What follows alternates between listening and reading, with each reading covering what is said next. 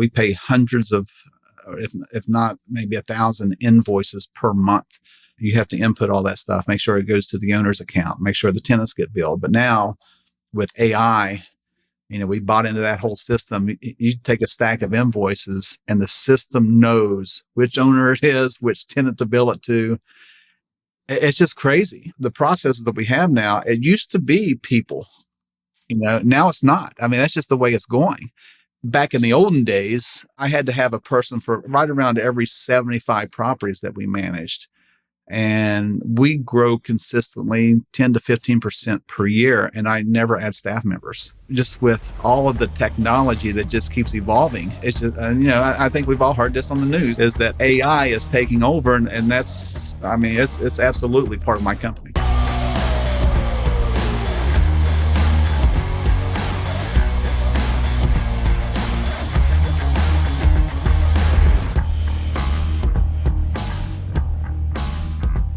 Welcome back to Peter Lohman's podcast. Today, I am thrilled to introduce Donny Thompson.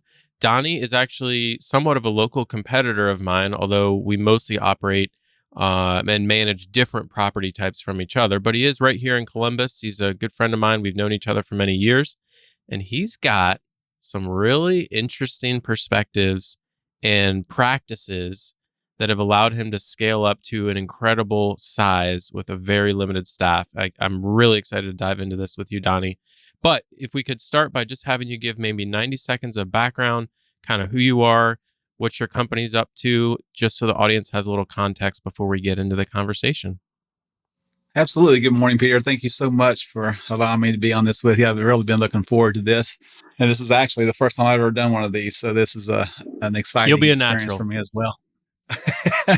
So yeah, a little bit about me. I'll just start from when I became a realtor, which is back in 2005 is when I got my real estate license. And my very first client was a investor, him and a friend of his. And upon the closing, they were like, "You want to manage this?" I'm like, "Oh, what the heck? Let's give it a shot.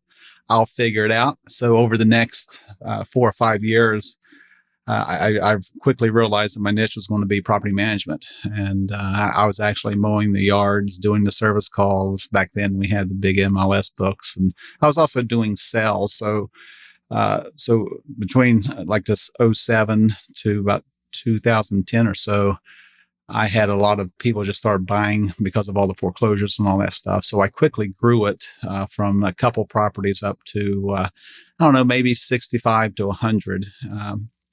And then as things just continually progressed, I went from, 100 up to about 250 to 300. At that time, my son, which was 21 at the time, he came to me and goes, "Dad, what do you think about me working with you?" I'm like, "That's all you had to say, son." So he joined me as more of a employee at that time because a lot of the responsibilities we have as property management, you have to be a realtor. So he went to Hondros, got his license, and then at that time we were about 350 properties or so, and it was almost a light switch came on, and we just started just growing tremendously. And over the years, we went from that one property back in 2005, and we're pushing about 1,900 properties right now. So, we're, year over year, we keep growing. So I've seen a lot. I've done a lot, from being a grass mowing, tenant chasing, landlord, property manager up to where we're currently at, within my son and I are partners, and we have a tremendous property management staff, a great team.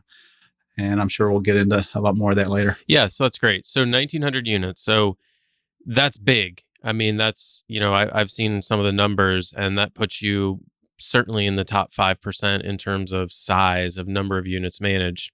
And one of the things that I've been fascinated by, and I'm excited to get into conversation with you and dig into a little bit, is you're managing those units with a very low number of staff members.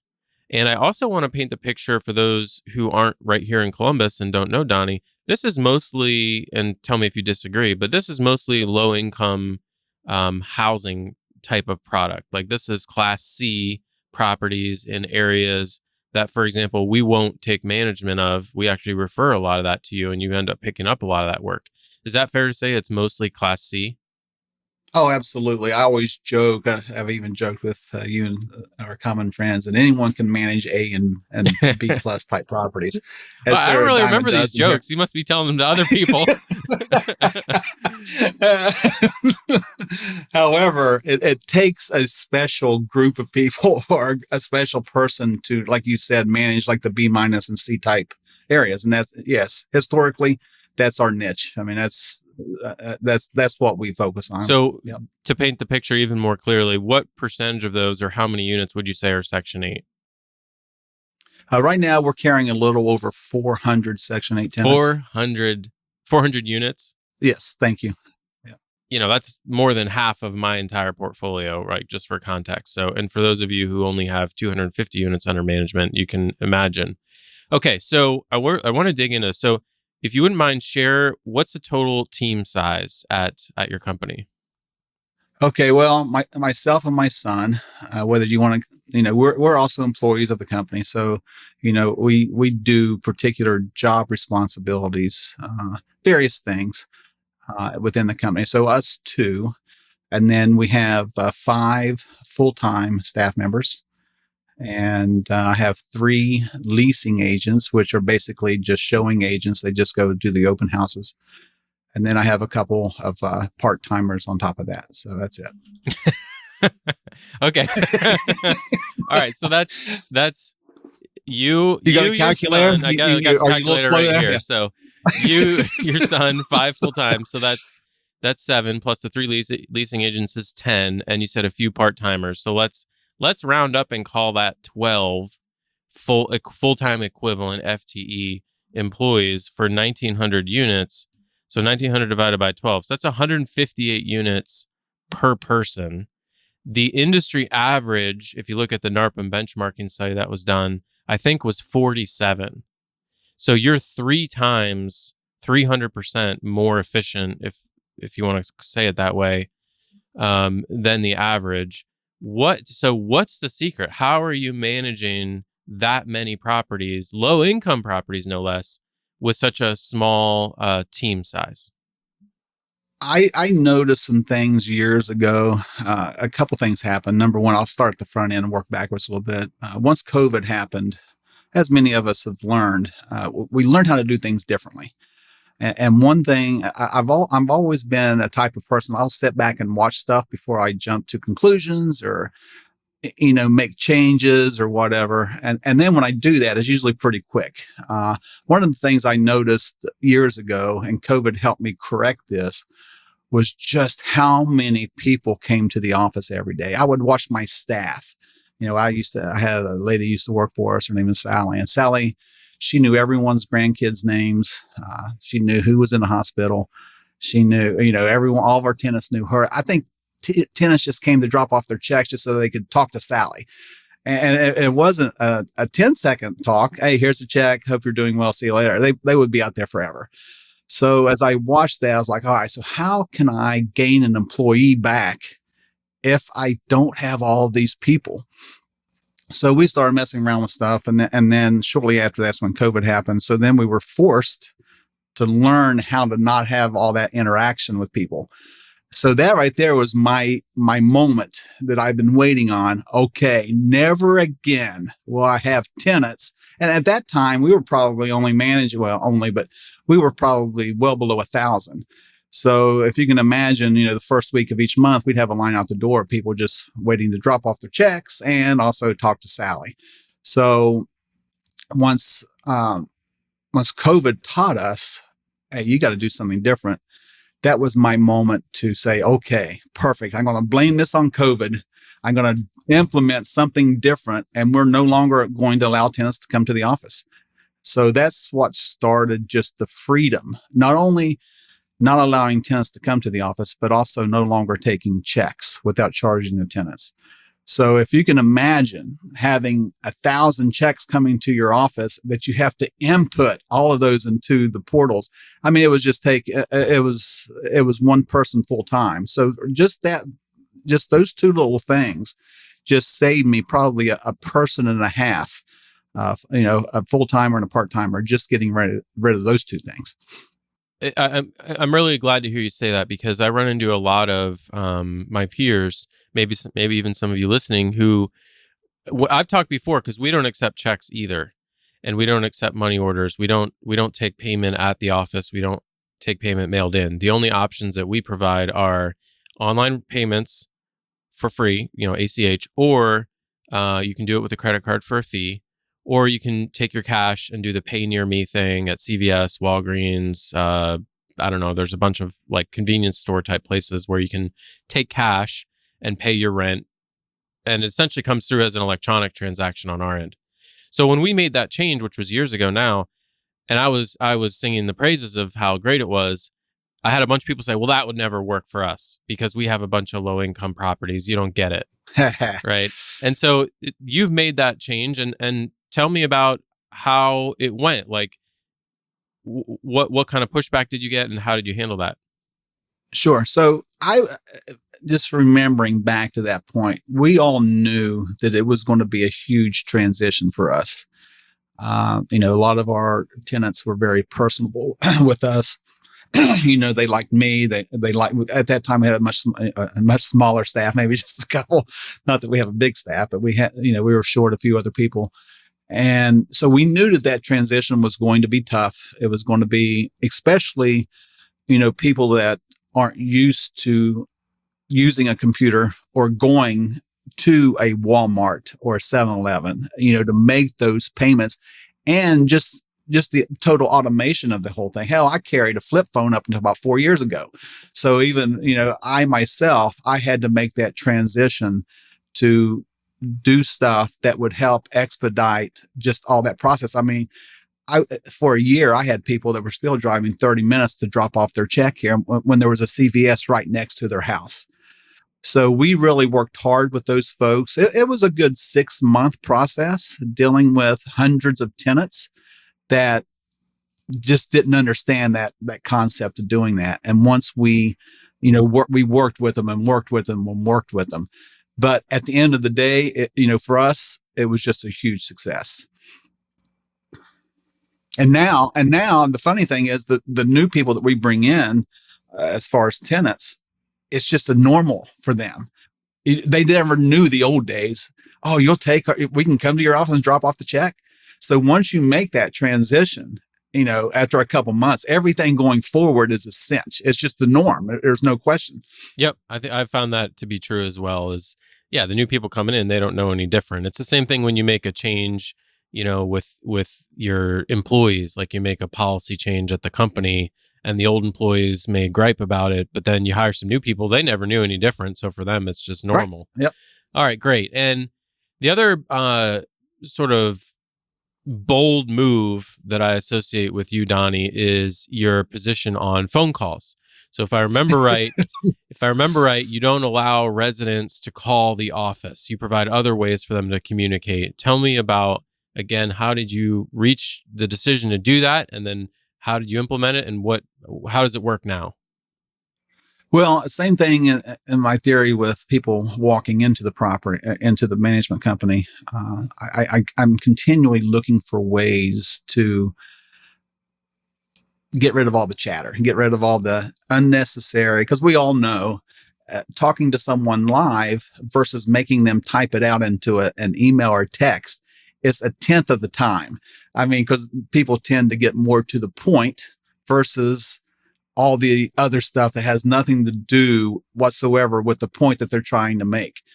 So that was another big process for us. And we wanted to be even better at our customer service, but we also wanted to cut down that time so that we could actually give better service to everyone in a whole, just because we're not wasting time on all the frivolous stuff that doesn't really matter on the topic that they're trying to point out to us. So over time, we have really integrated all of our tenants. Now, again, new tenants, they're on board because they don't know about no live people. Oh, it's just, they know who we are here in Grove City. It's not like we're, out in California or, in another country, virtual assistants. They're actually talking to us via texting or through emails. Now, what we try to convey to all of our tenants is like, look, we're going to keep it like this, not only to protect us, but to protect you. Because we're going to have everything in writing. And not only that, if I'm busy, guess what? Anyone on my team can pick up on that conversation and join in. So, and it's easier for us to transfer a conversation via an email or text. And we do everything through the system, through AppFolio. That's who we use as our management software. It's so much easier for us to see a history of a conversation. And I tell the tenants all the time, look, yeah, I'm kind of holding you accountable, but guess what? You're holding me accountable. So if I say I'm going to do something, or, and that's your leeway into saying, Donnie, you told me, look at the text. So we just tried to educate not only the staff, and it was a learning curve for them as well, and for me, just testing it out. But with everything that we do and the way that we communicate, and we communicate quickly, that was another key thing. You can't just let these damn things sit out there. You got to act on them. And once the tenants see that trust, that, this is better, because we're seeing the progression of how you're handling it. You bring in different people, to maybe join in or whatever. So overall, and we do the same thing with our service calls. We send out surveys after every single service call. And we're close to perfect on every service call in the way that we interact with the tenants on the service calls. And there's no phone calls. Everything's automated. You send in your work order. We get right on it. We communicate through texting, through emails to schedule everything. And they just have, I really, at the very beginning, some people might say, well, we can never talk to a live person. I'm like, but look, you just made that statement 37 seconds ago because it's timestamped and I'm already talking to you. What more could a person ever want than that? And they're like, well, you have a good point. So we break those barriers, and it seems to work very well with us. One thing I've learned years ago was only thing that people want is a response. If they get a response in a timely manner, they see that the system works. So that's kind of the concept that we took on. We're quick to respond. We stay on it until it's resolved, and the tenants see the results. I love that. So to summarize, there's no phone for residents. And I know you've said before that you do, of course, have a phone number available for property owners. Communication is text and email. And it sounds like you're doing all of that within AppFolio with their built-in tools for texting and emailing. That way, there's a whole record of communication tied to that resident, to that lease that you can look back on. And yeah, I remember vividly when you first explained this and you were telling me how, just like you were saying, the residents were very resistant to this change. But once they texted and saw how quickly that you all were responding and how efficient it was, that they came on board and they got around, they got used to it and started to actually prefer it, because I remember you describing like every phone call is a minimum of 4 minutes. Like you never get off the phone in less than 4 minutes, but that can be literally a 10-second text message. And you figure that up with approximately 1,600 tenants and all the issues. We're doing 150 service calls a week. How many of those conversations are we actually saving by and the time? So that's how you get to be managing 1,900 units with 12 people. Is take some steps in this direction. One thing that when I think about you, Donnie, and what you've built, it's always struck me, and you touched on this in the beginning, but you take time to really think about, from a systems level, how the whole thing is functioning.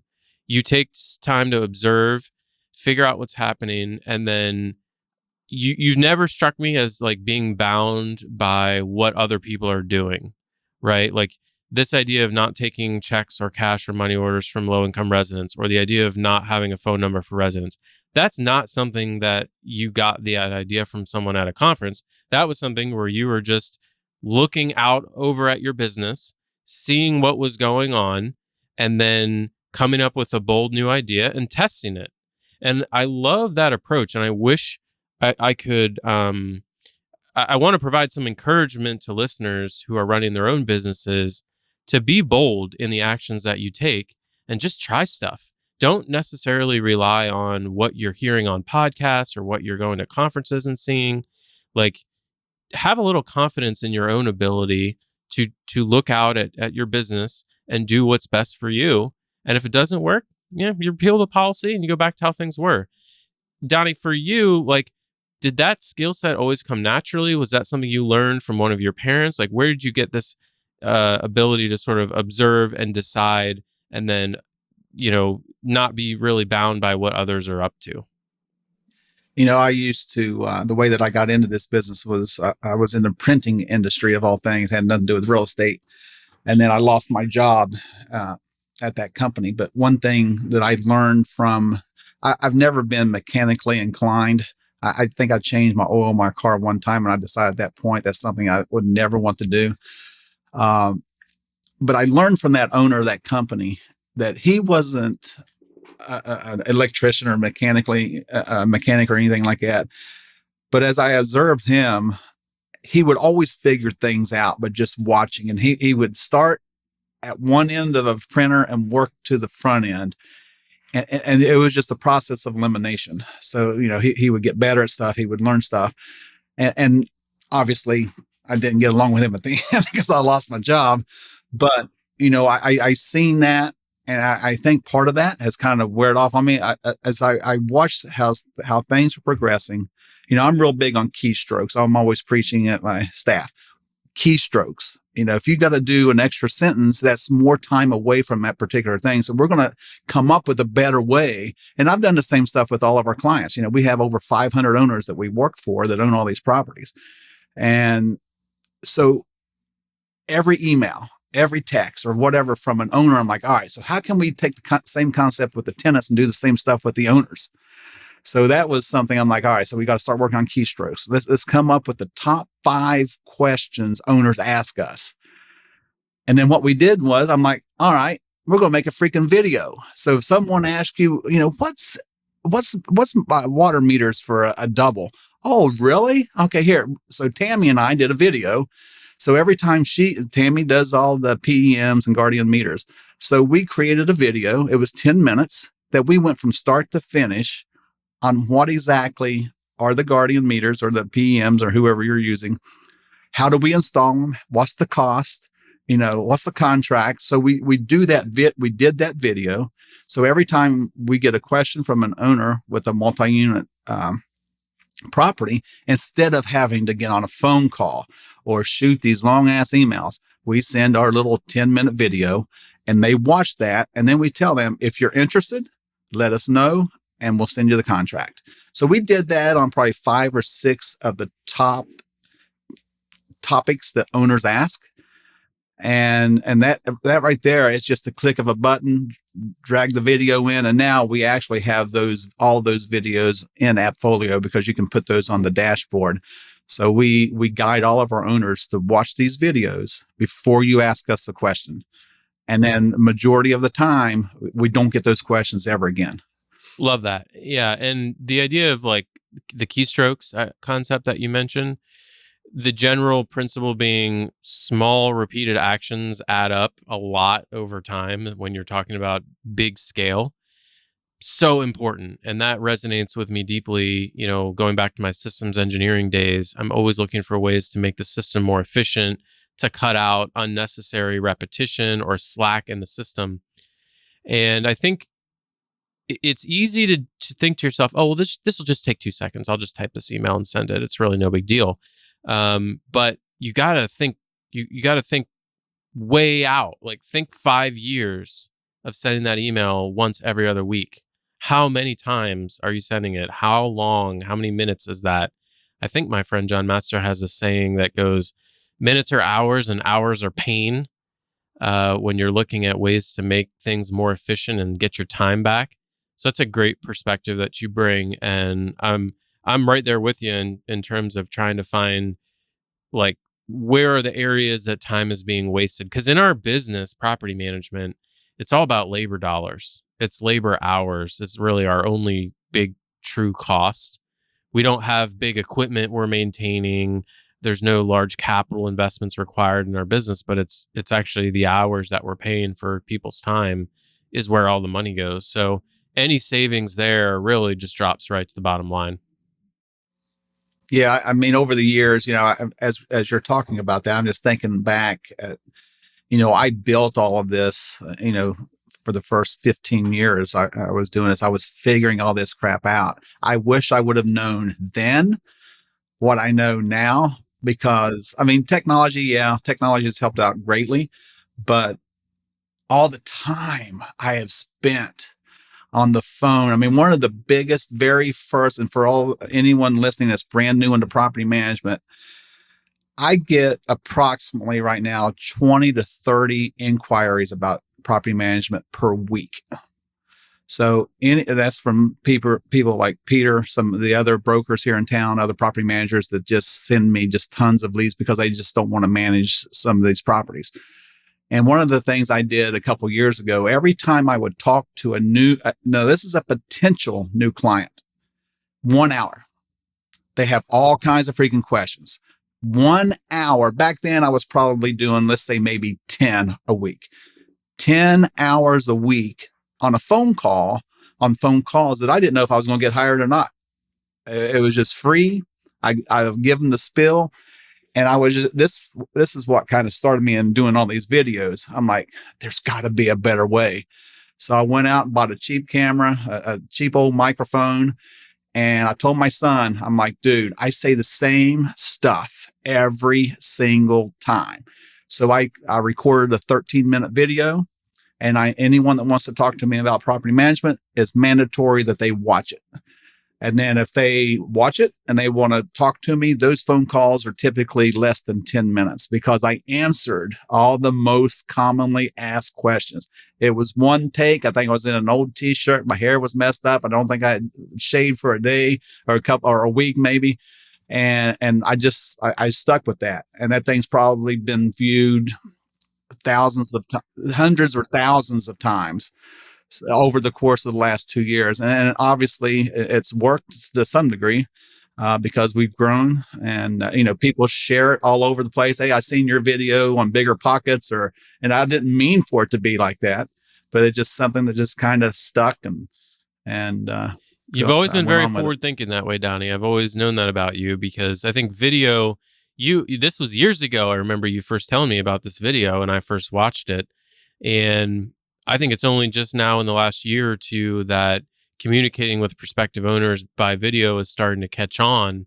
So again, this was something where this isn't an idea you got at a conference. This was something that you just sat down and were like, listen, this is taking up a lot of time. How can we do this more efficiently? I find that people, they let fear really hold them back from trying some of these things. They're just so accustomed to doing things the way they always have done them. And they worry, well, what if the owner doesn't like the video, or what if they feel insulted? And you just plow ahead. Yeah, whatever. We're getting a bunch of leads, and we're just going to do this. And if it doesn't work, and I don't sign any new owners up after a month of using the video, then we'll stop using the video. It's not, it's easy. So I want to zoom in a little bit more on the low income side of your operation. In like, basically, how are you dealing with that? Because those properties are harder to manage. For anyone who hasn't done this, they're actually harder to manage than a normal Class B property. And the owners want to pay you less, right? A lot of owners want to pay a percentage. And so the rent's lower, your fee's lower, when actually it should be the other way around. A big part of that pain comes from dealing with Section 8. So for those who don't know, Section 8 is administered locally. So every city has like a housing authority, or actually it's usually, in most cities, there's 2 or 3 of them. In Columbus, for whatever reason, we only have one. It's called Columbus Metropolitan Housing Authority, or CMHA. They're the ones that implement all of the Section 8 vouchers and all of the payments and the inspections. They're in charge of all that for all of Columbus. And they are not easy to deal with. So how are you handling, I forget what you said, 500 or so Section 8 properties? How do you deal with CMHA? How do you just not rip your hair out? What's your secrets?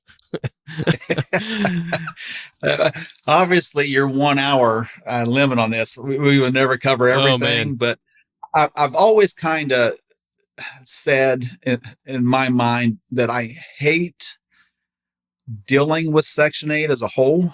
but I love it as an owner of properties that have Section 8. I also love it for our owners.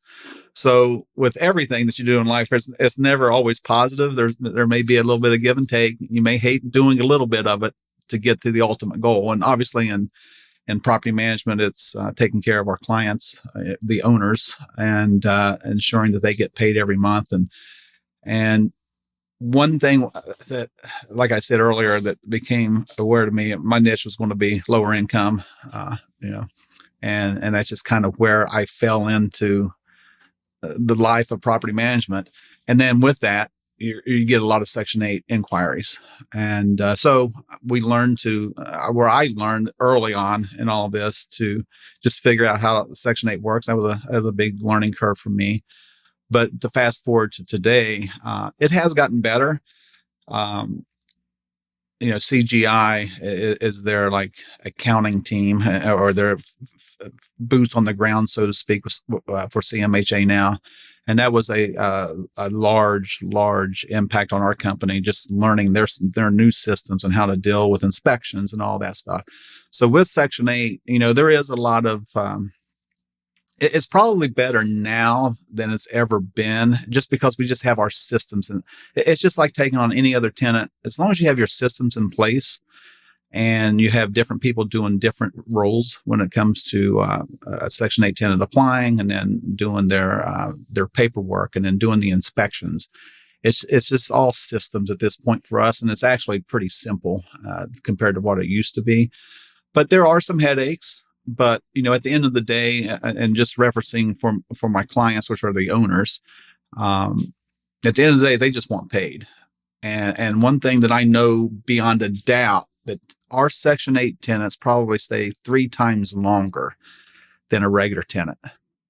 So when you're an investor, your ultimate goal is to make money over the long haul. It's not to make money every single month. It's how much do you make over the entirety of a property and how long that tenant stays in that property. My goal has always been, and I see numbers as they start to get diluted as you absorb the cost of a turn and the lease up fees and all that stuff, is you want somebody in a property for at least 1.5 years. In my opinion, that is a good number for me to try to convey to my owners that, hey, I'm going to do my best to keep a tenant in there for 1.5 years, because I think at that point you really start seeing a turn in your cost. They just, over time, it just obviously gets diluted. So Section 8 tenants, they stay for years. Sometimes obviously a tenant is a tenant, they'll move after a year or whatever. But at the end of the day, they stay so much longer. So my owners don't give a crap how much I don't like dealing with Section 8. They just see their numbers. It's like, damn, this is pretty good, because their tenants are staying so long. So it's, less vacancy. It's no utility bills in the middle of winter. Yes, Section 8 does do their annual inspection, and you have to do some repairs, but I always back bill all the tenants for any above normal wear and tear, which is allowed by Section 8. A lot of people say, well, you can't bill Section 8. Oh, no, they're regular tenants. We still hold them to the same account as anyone else, but it's just the longevity of a Section 8 tenant, which I would never stop not taking Section 8 tenants, because I know my owners, along with myself, I have Section 8 tenants in some of my properties. It's a no-brainer. And Section 8 competes with the market. So it's not like you're having to give away your property. So competitive rates for rents, longevity of the tenant, it's a no-brainer at the end of the day when you talk about income. Got it. That makes sense to me.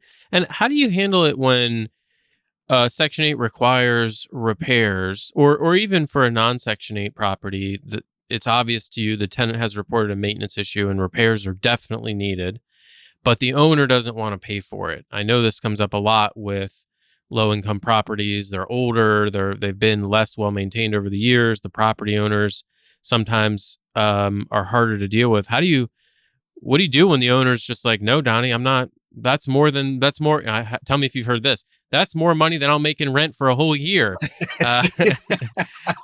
What's your response to that?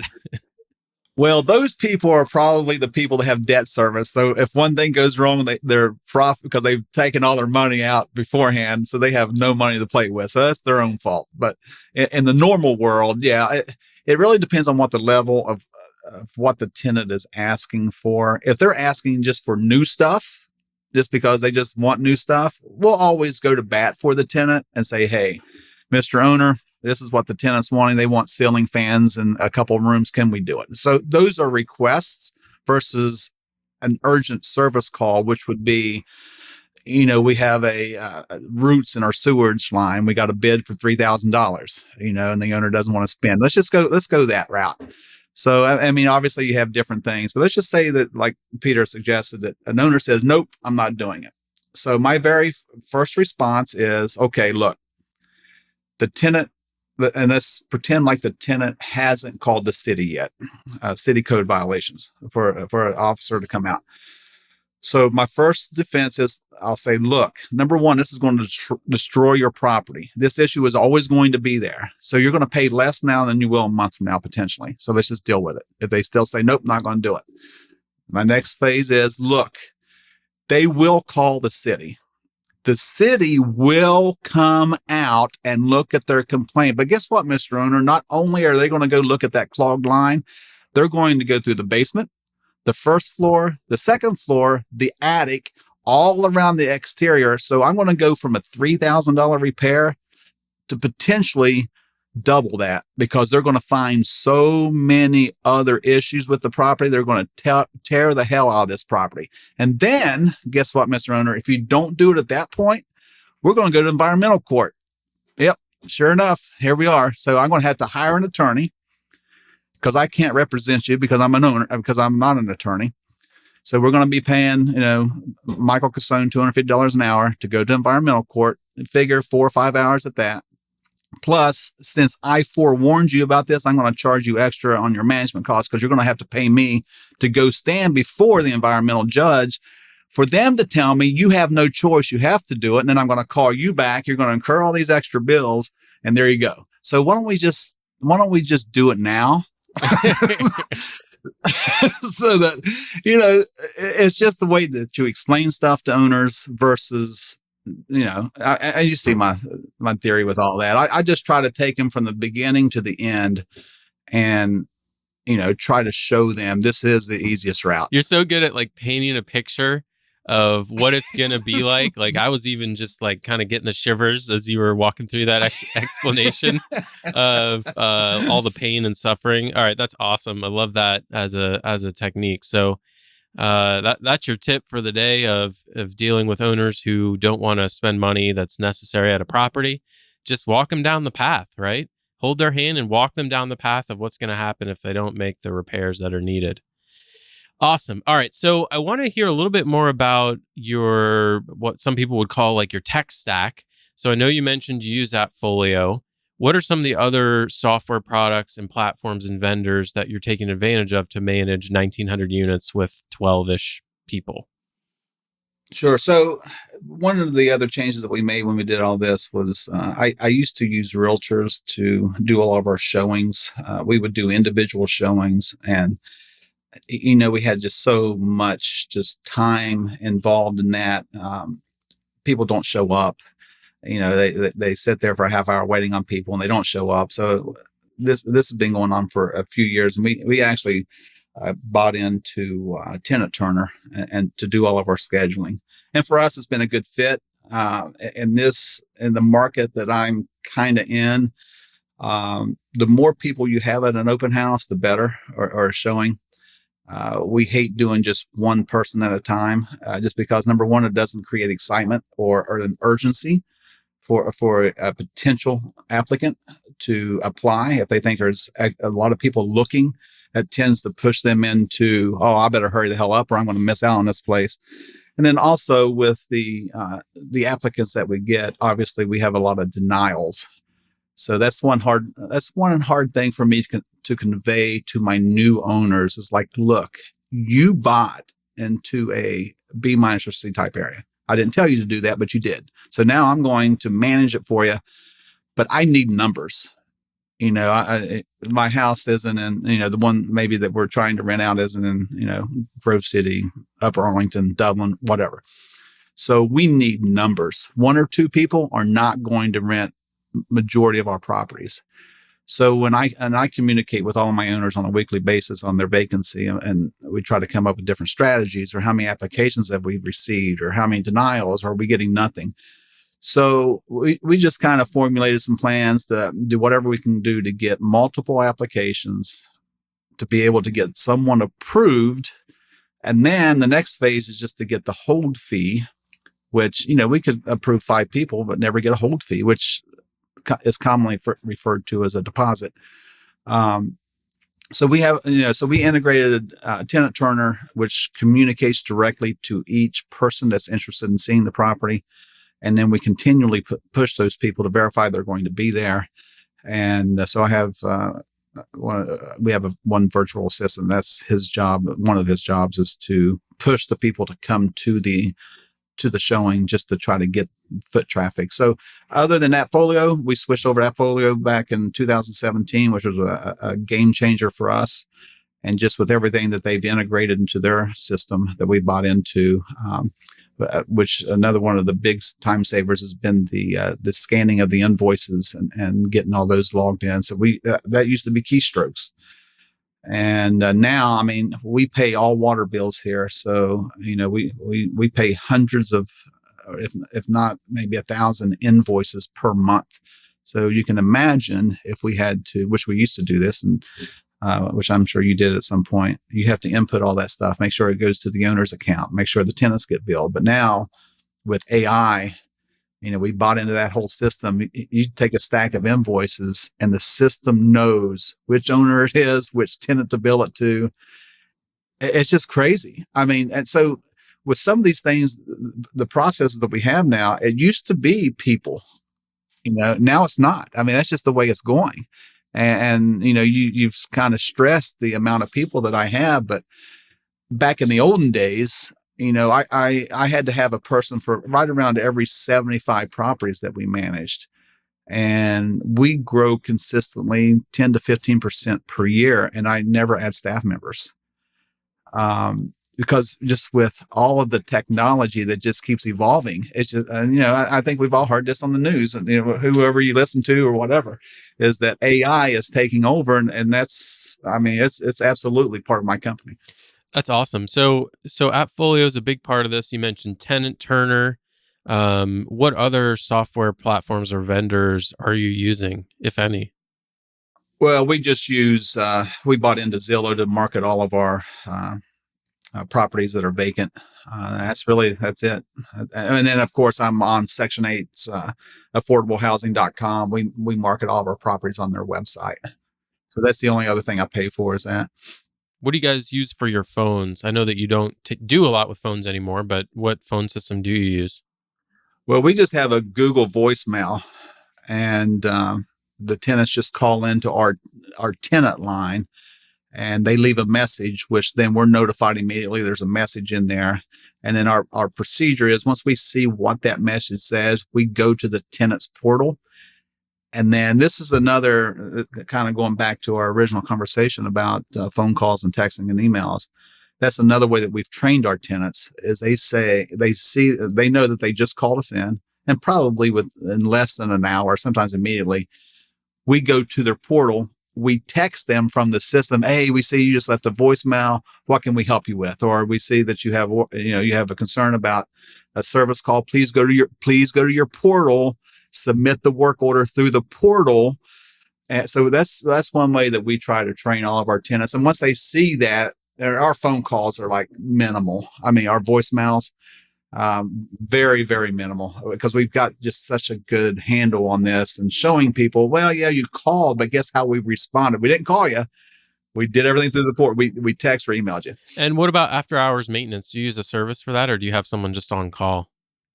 Yeah. And going back to a point that I made earlier, tenants just want to hear somebody's voice sometimes, just to be assured that they're being heard and that they know that someone is taking care of them.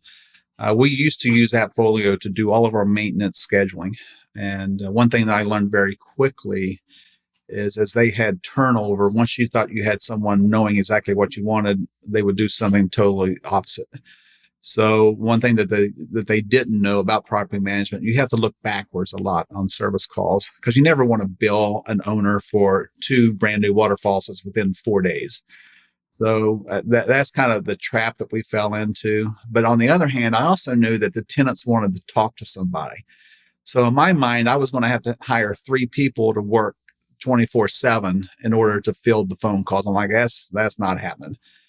So what we ended up doing, we worked out a deal with Appfolio that they only take our phone calls on service calls, and they create a work order. They don't assign it; they just create it. And so number one, the tenant talks to someone.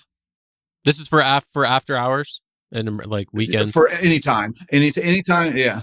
So they take the work order, they create the work order, and then I have a maintenance coordinator that he just watches for work orders to come in, and then he assigns them based on what it is. He looks backwards in the system to make sure this isn't an ongoing issue. Maybe we have to send out the past contractor because we feel like they just didn't do it right.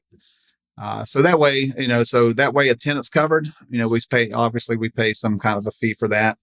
But at the end of the day, we are the ones that assign the work orders to the system, to a contractor, and then it's the contractor and the tenant's responsibility. This is another time saving thing that I do here is that we do not communicate with the tenant and the contractor once a work order is established.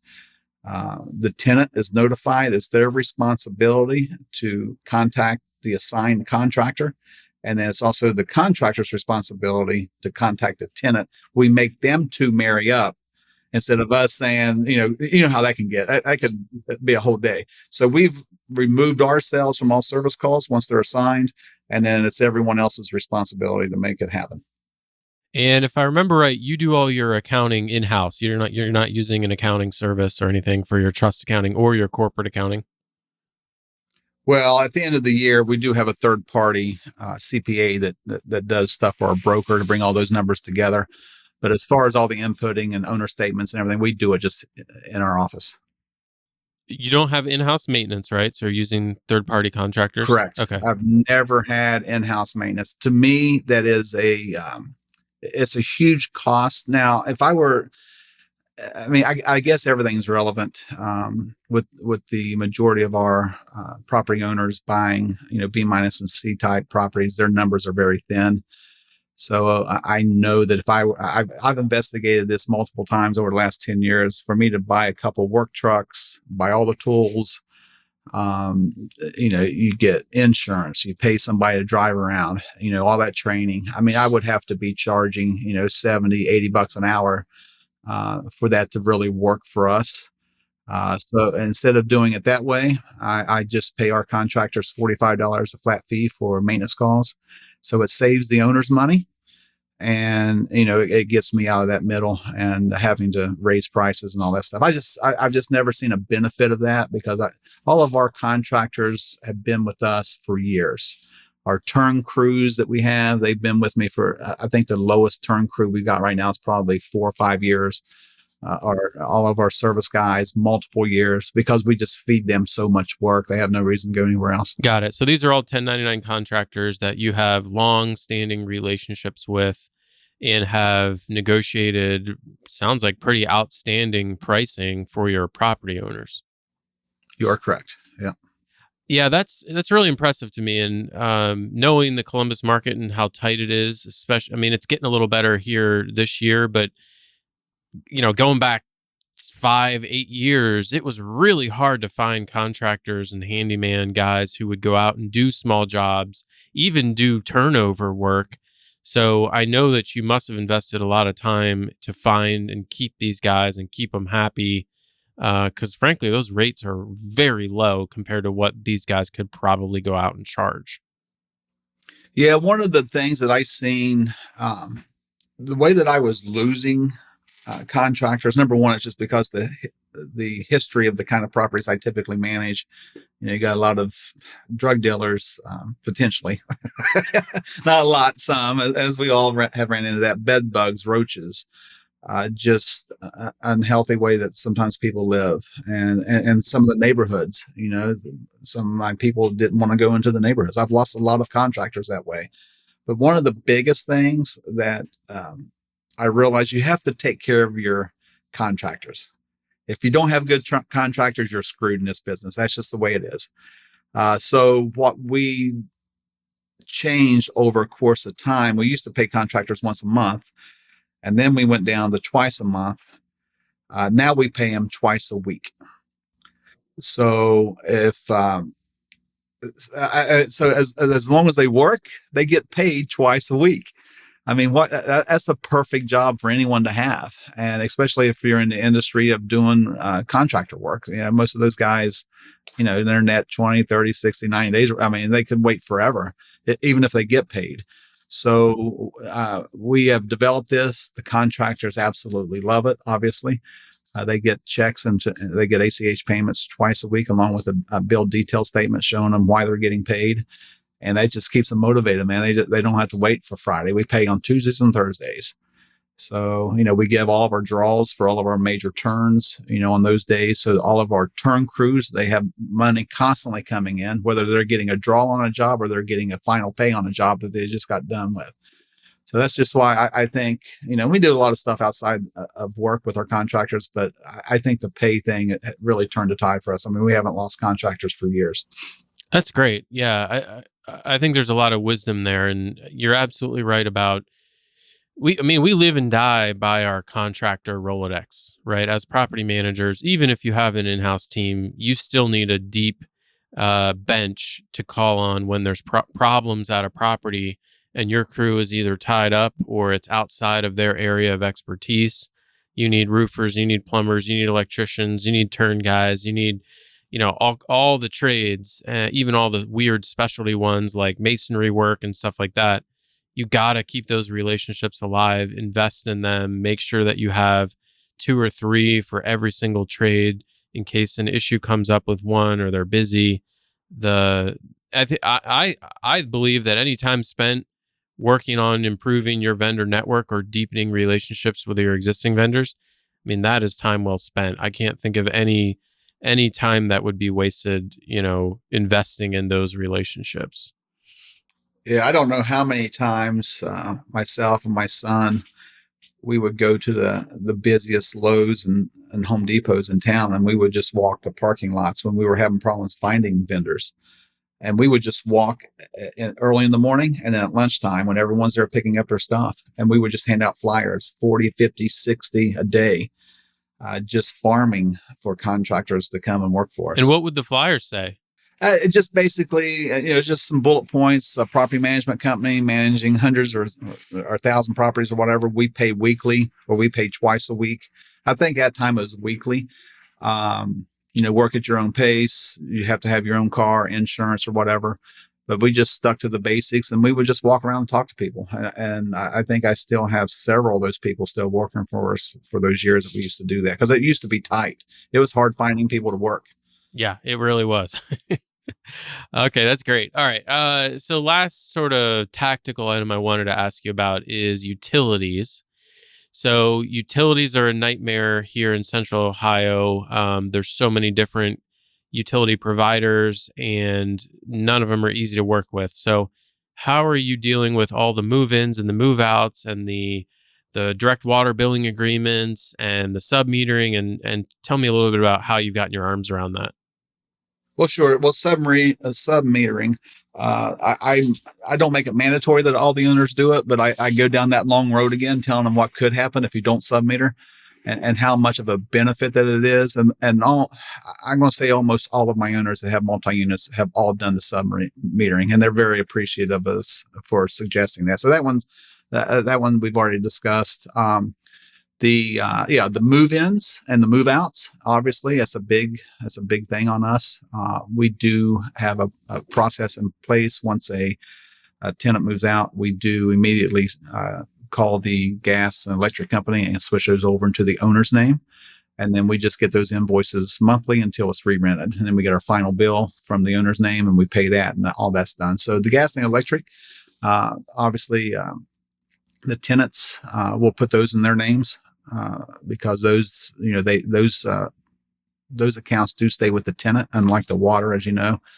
So the gas and electric would follow the tenant. So if they don't pay it, the gas company and electric company will find them or never let them have the service in their name. Now, unlike the water, which the water has always been a nightmare in Columbus. That's always been something that originally with us was a struggle, because I don't know how many times over the years, an owner gets stuck with, $1,000, $2,000, $3,000, $4,000 water bill because the tenant would have a leak or, whatever, or they just wouldn't pay the bill. They move out, it was in their name and they move out in the city, division of water. They won't go after the tenant. That becomes a permanent fixture on the old property and the owners have to pay it. So what we did years ago is, I had to come up with a way, how can we somehow hold the tenants accountable for the water usage? If it was a single family home, you're stuck. I mean, it is what it is. And let's just focus on single families, because the majority of all of our multi-units are sub-metered, but a single family home. So what we did years ago is that we just made it a policy that the water was going to stay in the owner's name, and we get the water bill. We pay the water bill, and then we make that a debt on the tenant side. So let's just say we get a $200 water bill. We immediately we pay the water bill off, so it's always paid current, and that also gives us the opportunity to monitor. Like if we see a $500 water bill come in, we know something's going on, so we immediately contact the tenant and say, "Hey, do you have a leaky toilet? Do you have a leaky faucet?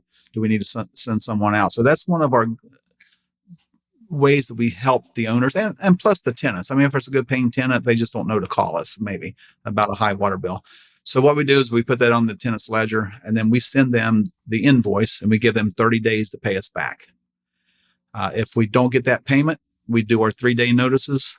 That will be on the 3-day for non-payment of water. So that has shrunk down the chance, any kind of a chance for an owner to get stuck with a high paying water bill.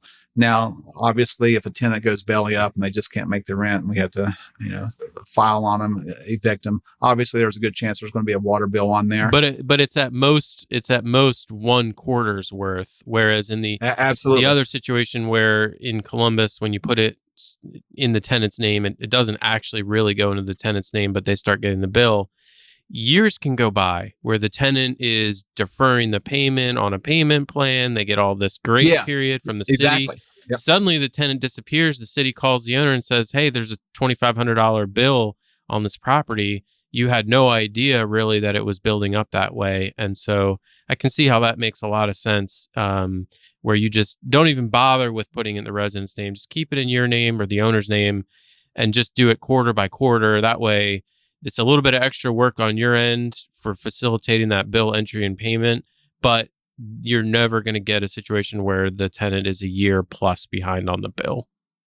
Yeah, because once you sign that billing agreement, the tenant billing agreement, that gives them the authority to negotiate forever. Yeah, so they may say, "Mr. Water Guy, I can pay $10 a month on this $500. Okay, sure, go ahead, and we'll let you. You'll pay 10. And it just keeps accumulating until you've got $4,000 water bill, and then you have a tenant in court. You're evicting them for non-payment because they lost their job, and now you're stuck. So that kind of helped us out. And I think for the owners that have been with me for 10 plus years, I think that they would absolutely agree it's a much better plan than what the billing agreement. Now, Section 8, you can't do that. Section 8 does not allow a third party entity to pay bills. So if you have, if it's a single family home, it has to go into the tenant's name. So you cannot get around it that way. So Section 8 tenants, it has to be in their name because you're not allowed to bill them for utilities. All right, Donny, this was great. I love that we got into some of the practical, tactical details of how you've scaled up your operation and dealt with a lot of the challenges that this business can throw at us. For anyone who might be interested in learning more about you or your company, where's the best place they can do that? Oh, they can just shoot me an email. I live on my computer. It's Donny, DONNY, at ERA Rents, RENTS, Columbus.com. And then plus Peter, he knows me well, so he knows how to get a hold of me. All right. Well, thank you so much, Donny, for coming on the show. This was great. Well, I appreciate you for allowing me to do this. It's been a blast. Thank you, Peter. If you like the show and want to get connected to the community, you can follow me on Twitter at PSLoman and subscribe to my email newsletter on my website, peterloman.com. I try to share as much valuable property management content as I can on a regular basis. Thanks again for listening, and have a great week.